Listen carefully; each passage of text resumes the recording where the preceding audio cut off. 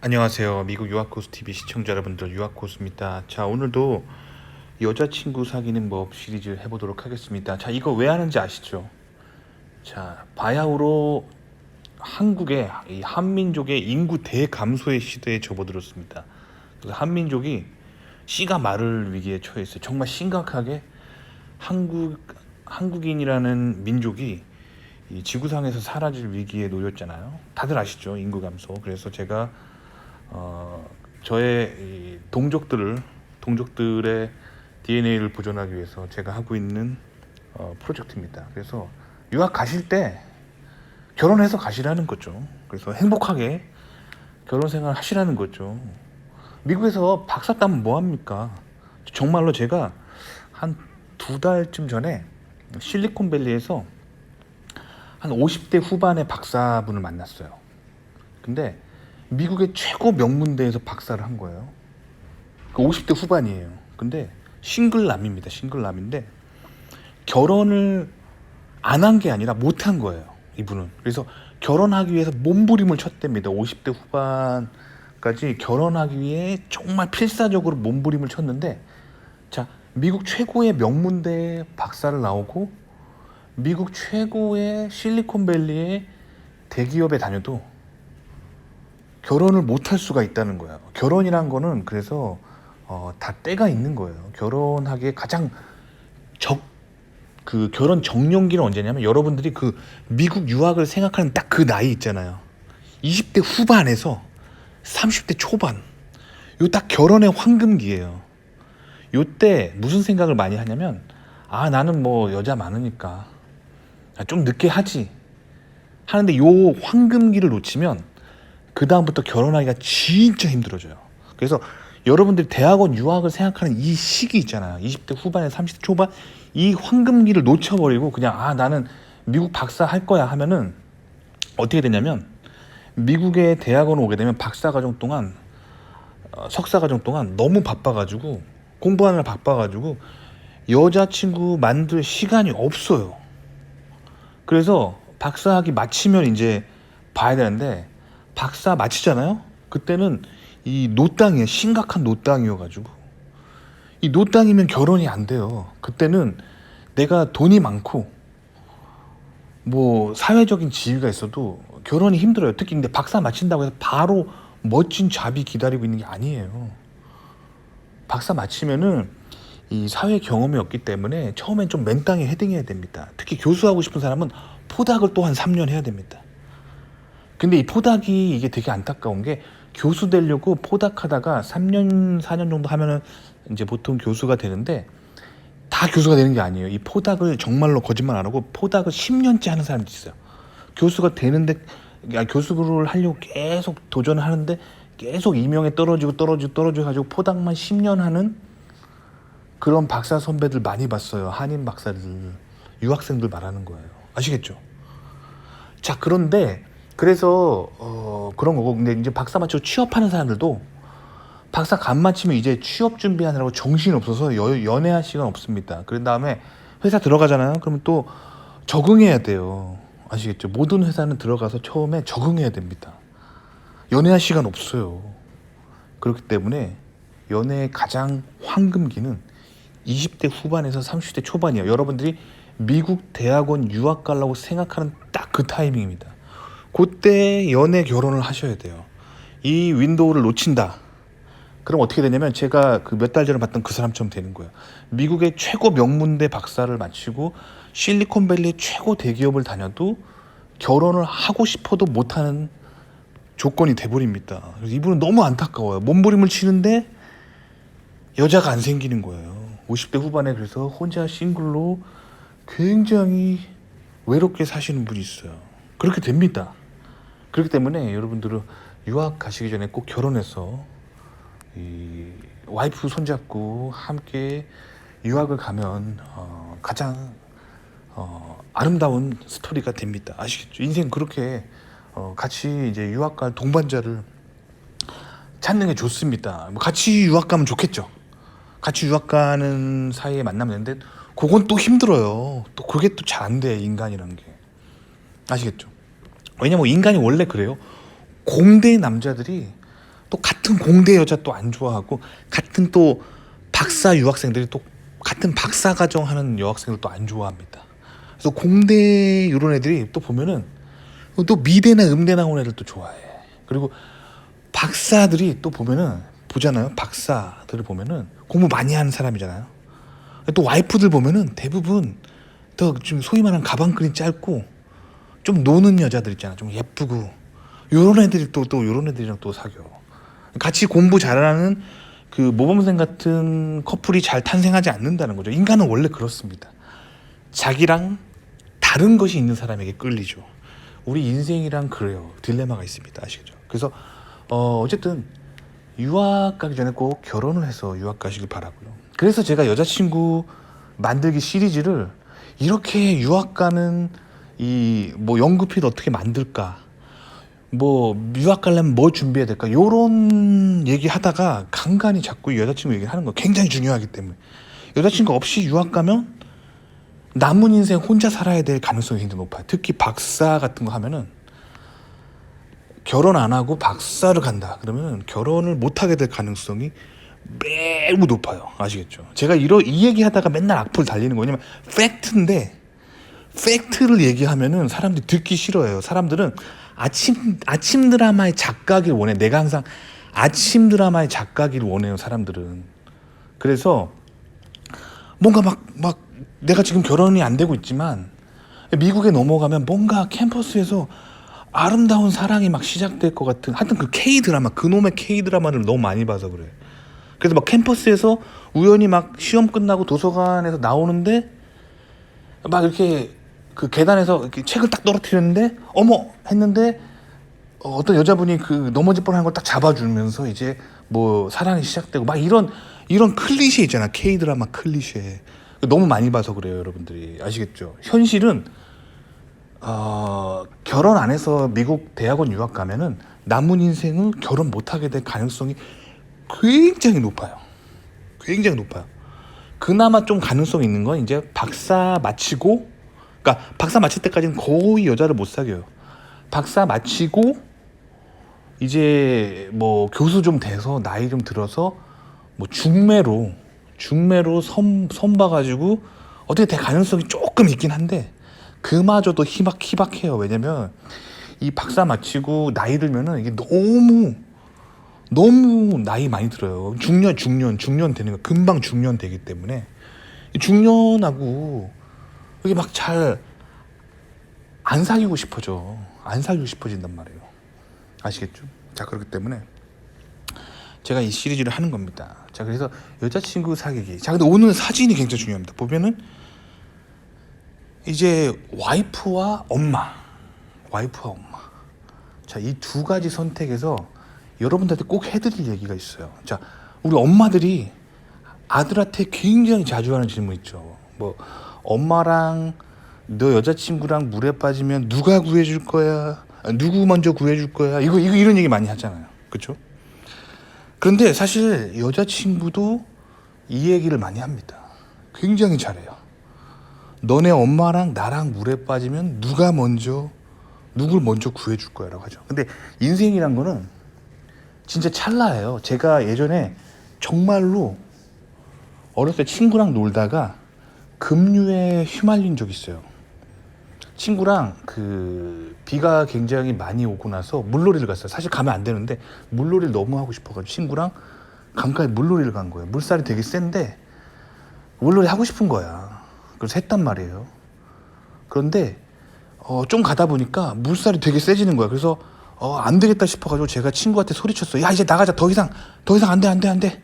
했는데 친구가 물놀이가 너무 좋아가지고 제 말을 안 듣고 거기서 제 말을 듣고 돌아섰으면 괜찮은데 거기서 바로 1m만 더 가면 이제 급류인 거예요. 근데 급류에 휘말린 거야. 친구가 정말 미친 듯이 하류로 막 떠내려가는 거예요. 그리고 물이 점점 깊어지고. 그리고 내가 강가를 따라서 막 뛰었어요. 뛰어가지고 막 걔를 잡으려고 했는데 와, 물살이 너무 빠르고 너무 센 거예요. 그래서 제가 옆에 뭐 튜브나 나무 조각이라도 있으면 던져주려고 다시 막 강가를 막 뒤졌어요. 그런데 나무 토막이 하나 있는 거야, 큰 게. 그걸 주워가지고 나무 토막을 있는 힘껏 던졌어요, 걔한테. 그런데 걔가 그 나무 토막을 딱 보고 그쪽으로 막 헤엄쳐 갔는데 신기하게 또 하류 오니까 다시 그 퇴적물이 있어가지고 다시 얘 키보다 작아지는 그 어떤 공간이 생긴 거예요. 죽을 뻔했다가 살아났어 친구가. 정말 찰나더라고. 이 모든 것이 거의 1분 안에 벌어진 일이에요. 그러니까 사람은 언제 죽을지 몰라요. 언제 위기가 올지 몰라요.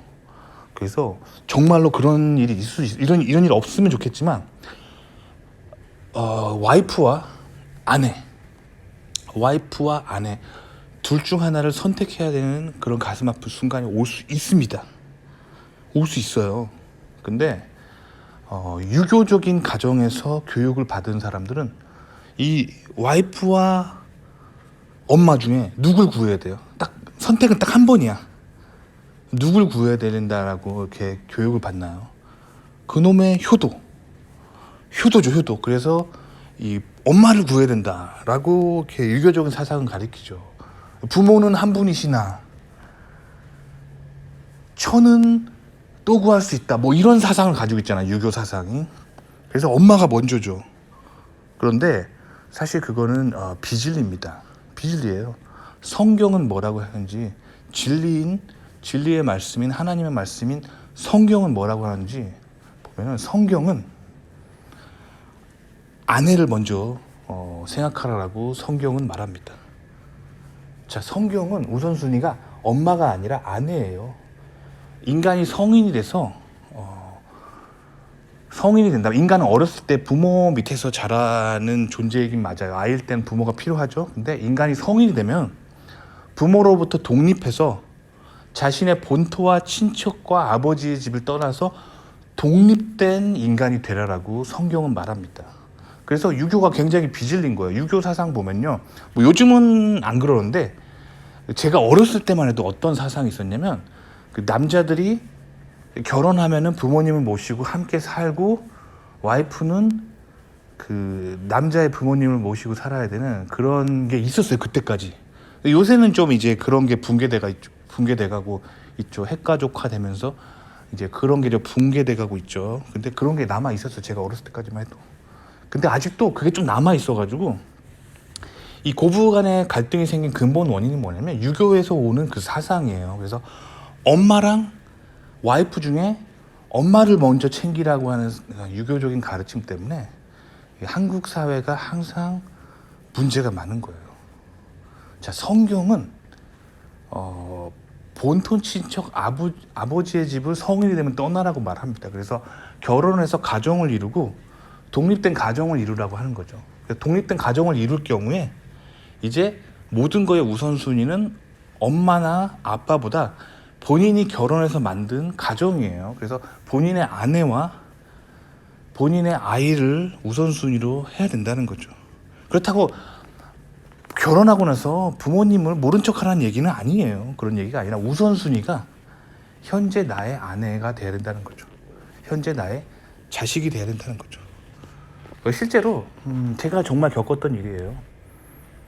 저희 어머니가 이제 곧 칠순입니다. 칠순인데 70세 생일. 한국에서 굉장히 크죠. 굉장히 큰 겁니다. 예전에는 환갑인 60세가 컸는데 이제 의료가 기술이 발달해서 환갑도 이제 뭐 별거 아니고 이제 칠순이나 팔순. 이제 조만간 이제 100세 잔치가 이제 굉장히 이제 유행할 날이 올 거예요. 의학의 발달로. 근데 어쨌든 제 어머니 곧 칠순인데 이제 어머니가 그 원래 그 생일이 계시는데 그 생일을 갑자기 어머니가 음력으로 계산하시는 거예요. 원래 우리 어머니는 양력으로 생일을 계산하시거든요. 근데 갑자기 음력으로 계산하시는 거예요. 그러더니 음력 날짜를 딱 보시는 거예요. 그러더니 그 날짜에 칠순을 하고 싶어 하시는 거예요. 좀 이상하잖아요.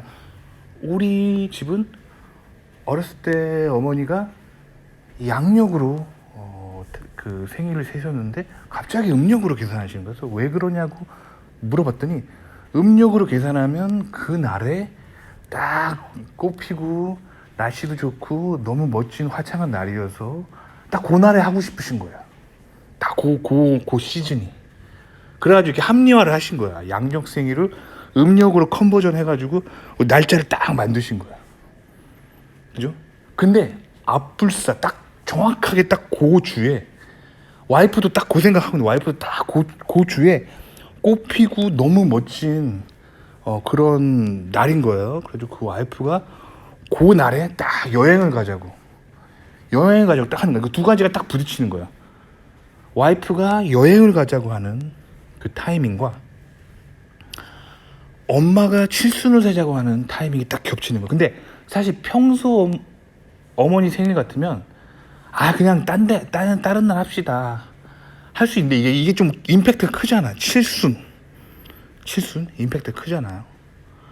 그래도 와이프가 여행 가자고 하는 날에 제가 여행을 가기로 하고 어머니 그 생일을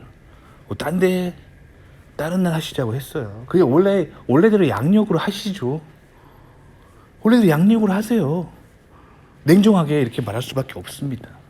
자, 와이프와 엄마와 둘 다 이 여자는 기본적으로 관계 속에서 사랑을 원하고 자기 편이 돼주길 바라요. 근데 고부간의 갈등의 원인은 뭐냐면 엄마는 자기 아들이 내 아들이니까 항상 내 편이길 바라는 거야. 근데 와이프도 내 남편이니까 이 남편이 항상 내 편이길 바라는 거야. 이게 양보할 수 없는 두 개의 이 팽팽한 사랑의 기싸움이 결혼한 남자는 항상 겪어요. 자, 그런데 유교는 뭐라고 말했다고요? 엄마에게 효도하라고 말하잖아요. 그래서 유교가 비진리입니다. 아시겠죠? 성경, 하나님의 말씀을 봐야 돼요.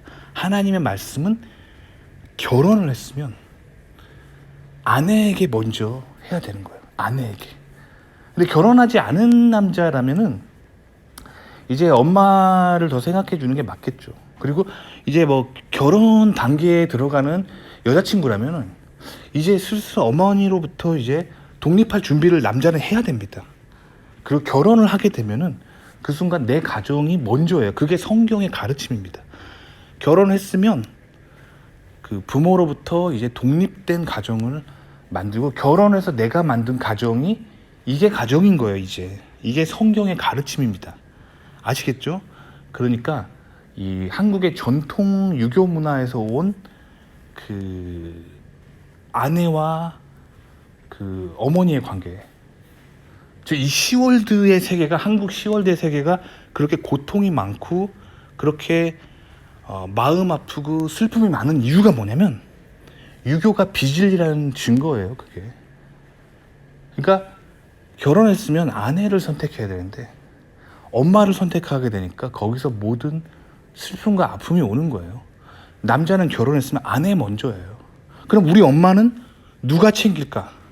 아빠가 챙겨야죠. 하지만 이제 아버지가 돌아가셨다.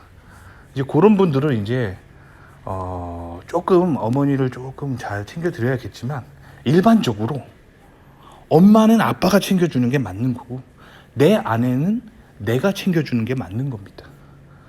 그리고 내가 아들을 낳으면은 마찬가지예요. 또 그렇게 교육하는 겁니다.